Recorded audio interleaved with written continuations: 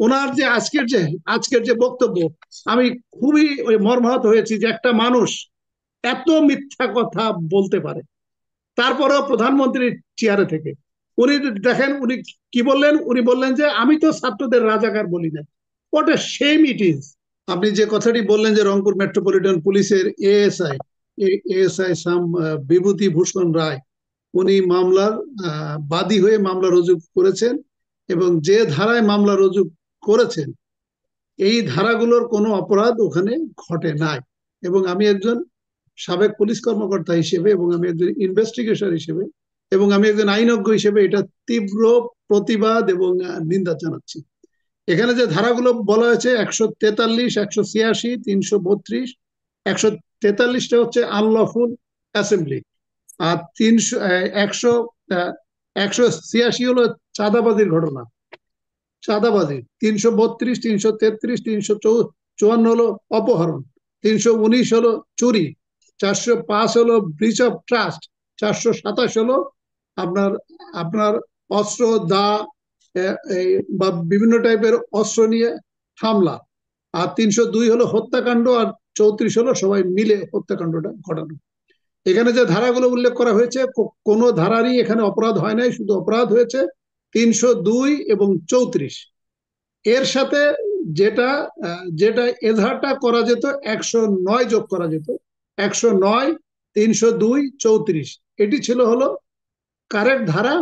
এবং এই এজাহারে যে বয়ানটা দেওয়া হয়েছে সেখানে বলা হয়েছে আন্দোলনকারীদের আক্রমণ এবং আন্দোলনকারীদের ছোড়া গুলিতে, যেটা হলো পুলিশ বা র্যাপিড অ্যাকশন ব্যাটালিয়ন যে নাটক মঞ্চস্থ করে থাকে, ক্রস ফায়ারের যে নাটক মঞ্চস্থ করে থাকে, যে কার গুলিতে বা আসামিদের গুলিতে বা আসামি বা অভিযুক্তদের একে অপরের গুলিতে সে নিহত হয়েছে, এই ধরনের নাটক গত 16 বছর ধরে শেখ হাসিনা মঞ্চস্থ করে এসেছে, এবং এই সমস্ত হত্যাকাণ্ডের পরে ক্রস ফায়ারের নাটক সাজিয়ে এগুলোকে লিগালাইজ করা হয়েছে।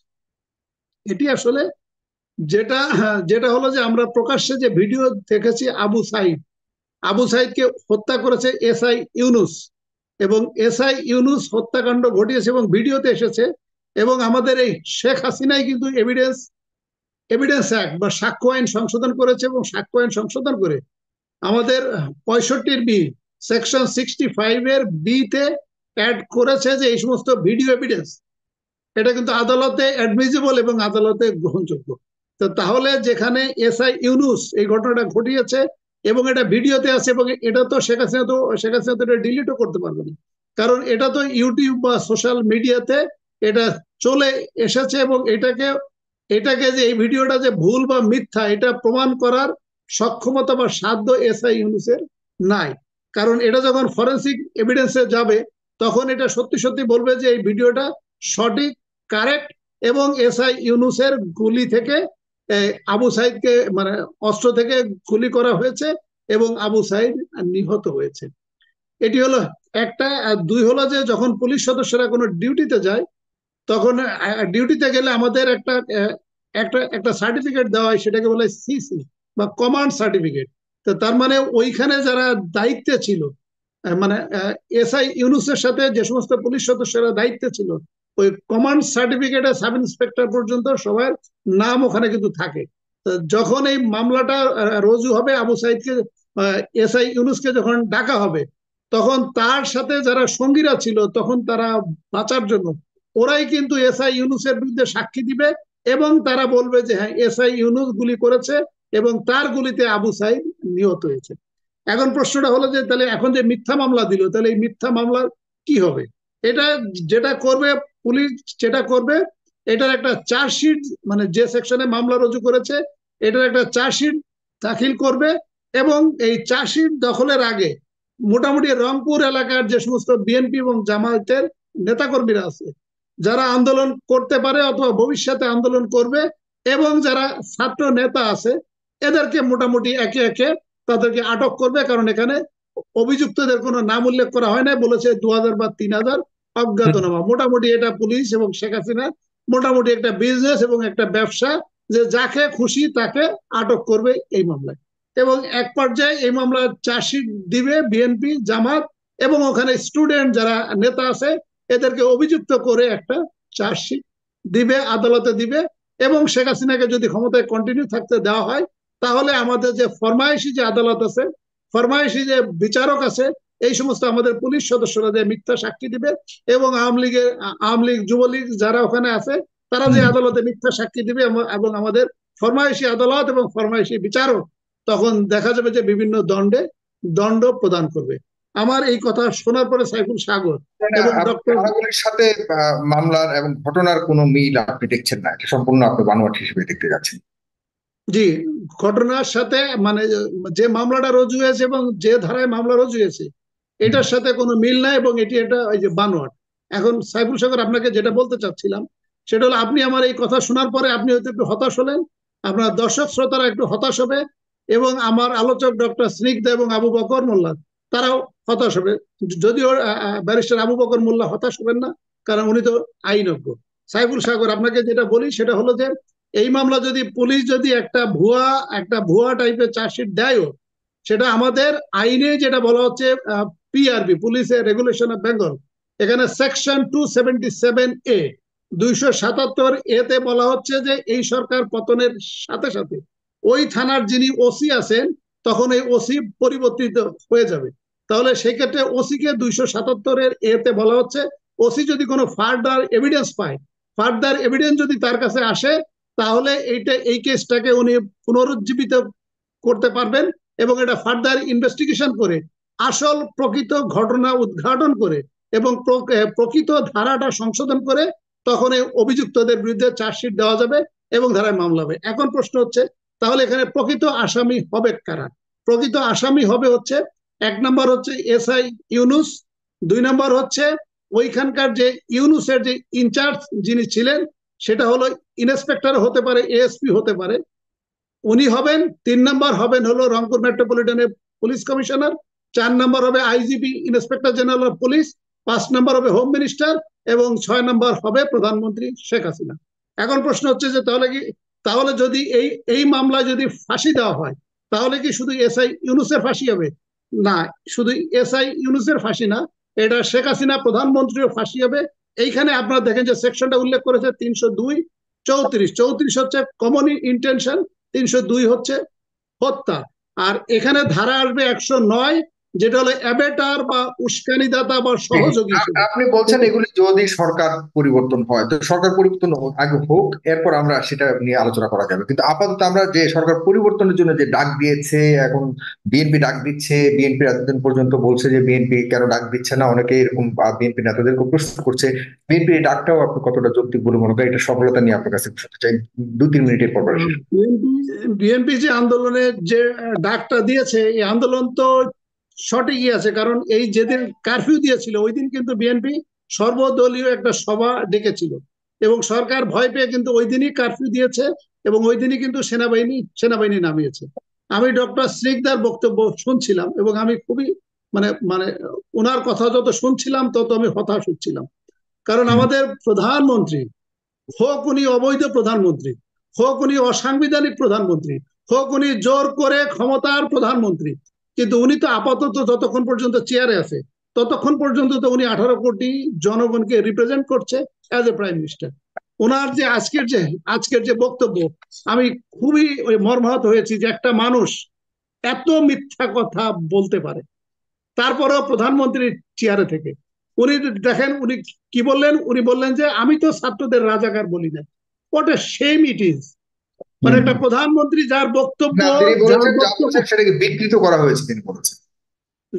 উনি বলেছেন যে যা বলেছে বিকৃত করা হয়েছে, এবং উনি রাজাকার বলেন নাই। কিন্তু উনার যে এভিডেন্সিয়াল যে জ্ঞান বা নলেজ, এটা তো কিছুই নাই। যার এভিডেন্সিয়াল জ্ঞান নাই, তাহলে সে প্রধানমন্ত্রী চেয়ারে থাকে কিভাবে? তো তার মানে উনি একবার যে বক্তব্য দিয়ে ফেলেছে, যেটা ইউটিউবে আছে, সোশ্যাল মিডিয়াতে আছে, এটা তো কোনোভাবে ডিস্টর্টেড তিনি করা বলছেন সম্ভব নয়। ছাত্র শিক্ষার্থীদেরকে রাজাকার বলে। না, না, উনি যে কথাটা বলেছিলেন সেই ভিডিওটা কিন্তু আমি অনেকবার কিন্তু আমি দেখেছি। উনি বলেছিলেন যে মুক্তিযোদ্ধাদের ছেলেমেয়েরা চাকরি পাবে না, তাহলে কি রাজাকারের বাচ্চারা চাকরি পাবে? উনি শব্দটা বাচ্চারা ইউজ করেছেন, রাজাকারের বাচ্চারা, কিন্তু আমরা সাধারণত বাচ্চাটা গালি হিসেবে ব্যবহার করি। উনি বলেছিলেন যে রাজাকারের বাচ্চারা চাকরি পাবে। সেই সেই প্রধানমন্ত্রী এখন জনগণের কাছে যে দেখেন আবার আবার আবার মিথ্যা কথা বলছে।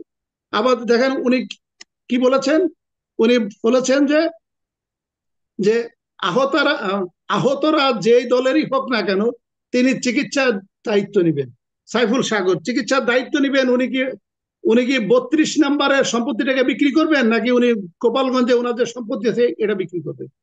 কারণ উনি যে দায়িত্বটা নিবেন, উনি প্রকাশ্যে কারফিউ দিলেন, উনি সেনাবাহিনী নামালেন, উনি তার ছাত্রলীগ যুবলীগ গুন্ডালীগ দিয়ে হত্যা করলেন, আবার উনি তাদের চিকিৎসার দায়িত্ব নেবেন। তাহলে আপনি জোর করে সরকারে আছেন, আপনি এই যে মানে আপনি যখন দায়িত্ব নেবেন টাকাটা খরচ করবেন, এই টাকাটা কি আপনার? এই টাকাটা কি আপনার প্রধানমন্ত্রী? এই টাকাটা কি আপনার? এই টাকাটা তো জনগণের টাকা, 18 কোটি জনগণের জনগণের ট্যাক্সের টাকা। তা আপনি যদি একটা অপরাধ করে ফেলেছেন which is a criminal offence, তাহলে এটার লায়াবিলিটি তো একটা স্ট্রিক্ট লায়াবিলিটি। স্ট্রিক্ট লায়াবিলিটি হলে এর দায়বদ্ধতা আপনার। তাহলে আপনি 32 নম্বর বিক্রি করেন, অথবা আপনার গোপালগঞ্জের সম্পত্তি বিক্রি করেন, সম্পত্তি বিক্রি করে আপনি ওদের চিকিৎসা দেন। আচ্ছা, এর পরে দেখেন আমাদের আমাদের যে ডক্টর স্নিগ্ধা যেটা বললেন যে উনি মেট্রো রেল দেখতে যে কান্নায় ভেঙে পড়েছেন। আমার কাছে মনে হয়েছিল যে সোফিয়া লরেন অথবা আমাদের যে ইন্ডিয়ান যে সমস্ত নায়িকাদের আমি দেখে এসেছি, হেমা মালিনী বা রেখা, আমার কাছে মনে হয়েছে যে হেমা মালিনী বা রেখা বা সোফিয়া লরেন ওনার কাছে অভিনয় কিছুই না। ওনারা এসে মনে হয় তার কাছ থেকে অভিনয় শিখতে পারে। আমি আপনাকে একটু দেখেন দায়িত্ব নিয়ে আপনাকে আমি বলছি যে কয় জায়গায় ঘটনা ঘটেছে। বিটিভিতে আগুন দেওয়া হয়েছে, আপনার যোগাযোগ মন্ত্রণালয়ে আগুন দেওয়া হয়েছে, অপটিক ফাইবার বা অপটিক কেবল যেখান থেকে ইন্টারনেটের সোর্সিংটা হয় সেখানে আগুন দেওয়া হয়েছে, মেট্রো রেলে আগুন দেওয়া হয়েছে, এক্সপ্রেস হাইওয়েতে আগুন দেওয়া হয়েছে, এবং হানি হানি ফ্লাইওভারে যে টোল প্লাজাতে আগুন দেওয়া হয়েছে।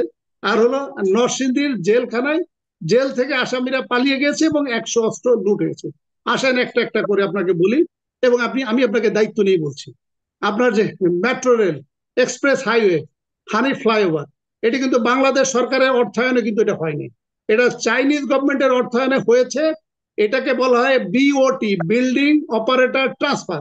তার মানে চাইনিজ গভর্নমেন্টকে বলেছে যে আপনি ফান্ডিং করবেন, এবং আপনার যে ইন্টারেস্ট, এই ফান্ডিং এবং ইন্টারেস্ট বা প্রফিট, এইটা আপনি এইটা যখন চালু হবে, এটা চালু হওয়ার পরে এটার যে ট্যাক্স, ভ্যাট এবং এটা থেকে যে আর্নিং হবে, এই আর্নিং আপনি যেটা ইনভেস্ট করেছেন এবং আপনার ইন্টারেস্ট সহ যখন এটা পরিশোধ হয়ে যাবে তখন আপনি আমাদের কাছে হস্তান্তর করবেন। এটি শেখ হাসিনা চায়নার কাছে ভিক্ষার থলি নিয়ে গিয়েছিল, যখন চায়না এটা ফেরত দিয়েছে, এইটা ভারতের সহায়তায় এই স্থাপনাগুলোয় কিন্তু আগুন দেওয়া হয়েছে। তার মানে এটা কিন্তু বাংলাদেশ সরকারের অর্থায়নে কিন্তু হয়নি, এটা কিন্তু চাইনিজ সরকারের অর্থায়নে হয়েছে। এবং চাইনিজ সরকারের সাথে বাংলাদেশ সরকারের যে কন্ট্রাক্ট, সেটা বলেছে যে আপনার ইনভেস্টমেন্ট এবং আপনার প্রফিট, আপনি এখান থেকে যে আর্নিং আসবে, যতদিন পর্যন্ত আর্নিং আপনার মানে মানে আর্নিং থেকে আপনার এই পাওনা পরিশোধ না হবে, ততক্ষণ পর্যন্ত এটা আপনার অধীনে, আপনার নিয়ন্ত্রণে থাকবে। যখন এটা পরিশোধ হয়ে যাবে তখন আপনি আমাকে এটা ফেরত দিবেন। এটা হচ্ছে একটা ক্লু। 2 নম্বর ক্লু হচ্ছে দেখেন বিটিভিতে আগুন দেওয়া হয়েছে কখন? যখন শেখ হাসিনার কাছে খবর আসলো যে 200-300 নিহত হয়ে গেছে, তখন এটাকে ঢাকা দেওয়ার জন্য, এই লাশগুলোকে গুম করার জন্য তখন বলা হলো যে বিটিভিতে আগুন দিয়ে দাও, তাহলে আমরা মানুষকে বোঝাতে সক্ষম হব বিটিভির সাথে কিন্তু অন্যান্য চ্যানেলের কিন্তু সম্প্রচার সম্পর্কযুক্ত।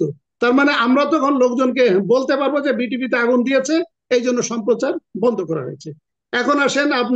এখন আসেন ইন্টারনেটের ফাইবার বা অপটিক্যাল ফাইবার, অপটিক্স, এটা এটাকেও আগুন দেওয়া হয়েছে লোকজনকে বোঝানোর জন্য যে ইন্টারনেটের যে সোর্সিং, সেখানেও তো আগুন দেওয়া হয়েছে, এই জন্য ইন্টারনেট বন্ধ রাখা হয়েছে। আর যোগাযোগ মন্ত্রণালয়ে যেটা আগুন দেওয়া হয়েছে, এইখানে যে এইখানে যে সমস্ত ডেভেলপমেন্ট কাজগুলো হয়েছে, যেখানে যেখানে বিলিয়নস অফ ডলারের ডেভেলপমেন্ট কাজ হয়েছে, এইখানে যে ডকুমেন্ট গুলো ছিল, এই ডকুমেন্ট গুলো যাতে পরবর্তীতে, কারণ শেখ হাসিনা তো বুঝতে পারছে, ওবায়দুল কাদের তো বুঝতে পারছে যে ক্ষমতা এখন হারানোর সময়ের ব্যাপার, এই সমস্ত ডকুমেন্ট, এই সমস্ত দলিল দস্তাবেজ সবই পুড়িয়ে ফেলা হয়েছে। আর এখন আসেন হলো ওই যে নরসিংদীর জেলে আন্দোলনকারীরা জেলের ভিতর ঢুকতে কেন যাবে? এইখানে জেলের গেটে যে পুলিশ টিয়ার গ্যাস ছুড়েছে, যাতে আন্দোলনকারীদেরকে আকর্ষণ করেছে যে তোমরা আমাদেরকে আক্রমণ করো, করে আক্রমণ করার পরে এখানে ঢুকিয়ে দিয়েছে, এবং 100 অস্ত্র যে লুটের কথা বলা হচ্ছে এটাও মিথ্যা। এটা 100 অস্ত্র লুটের কথা বলে যাতে সেনাবাহিনী নামতে পারে এবং জনগণের কাছে একটা জাস্টিফিকেশন দিবে যে জামাত শিবিরের কাছে এই 100 অস্ত্র চলে গেলে তখন বড় ধরনের হত্যাকাণ্ড হয়ে যাবে, এই কারণে আমাদেরকে সেনাবাহিনী নামাতে হয়েছে। এইটাই হলো যে এখন সেই শেখ হাসিনা প্রধানমন্ত্রী, উনি যে কান্নার অভিনয় করছে, যেখানে হেমা মালিনী, রেখা, সোফিয়া লরেন সবাই উনার কাছে ফেল। এখন অনেক আমার অনেক ধ্বংস করা হয়েছে, ধ্বংসস্তূপ তিনি দেখেছেন, যে যার হাতে এই সকল কিছু তৈরি হয়েছে তার তো খারাপ লাগতেই পারে, সে জায়গা থেকে কান্না আসতে পারে কিনা। এবং আহ এত উন্নয়নকে নষ্ট করে দিয়েছে আন্দোলনকারীরা, সেই একটা ক্ষোভ তো থাকতে পারে। ক্ষোভ তো থাকবে পারে। এখন আমার যে ব্যাখ্যা, এই ব্যাখ্যা বিশ্লেষণ আমি দর্শক শ্রোতাদের উপর ছেড়ে দিলাম। এটা বিচারের ভার দর্শক শ্রোতারাই এটা বিচার করবে, এবং বাংলার জনগণ যারা আপনার এই চ্যানেলটি দেখবে তাদেরকে আমি এটা ছেড়ে দিলাম যে আমি সত্য বলেছি না মিথ্যা বলেছি। এখন সমস্যা হলো সাইফুল সাগর, এটা হুম। আমাদের 18 কোটি জনগণেরই কিন্তু প্রবলেম। এই যে আরাফাত, আমি আসছি আরাফাতের এরপর এরপর অন্য বিষয়গুলো নিয়ে আপনি কথা বলবেন, আমি স্মিতা রেজওয়ার কাছ থেকে একটু কথা শুনে আসছি।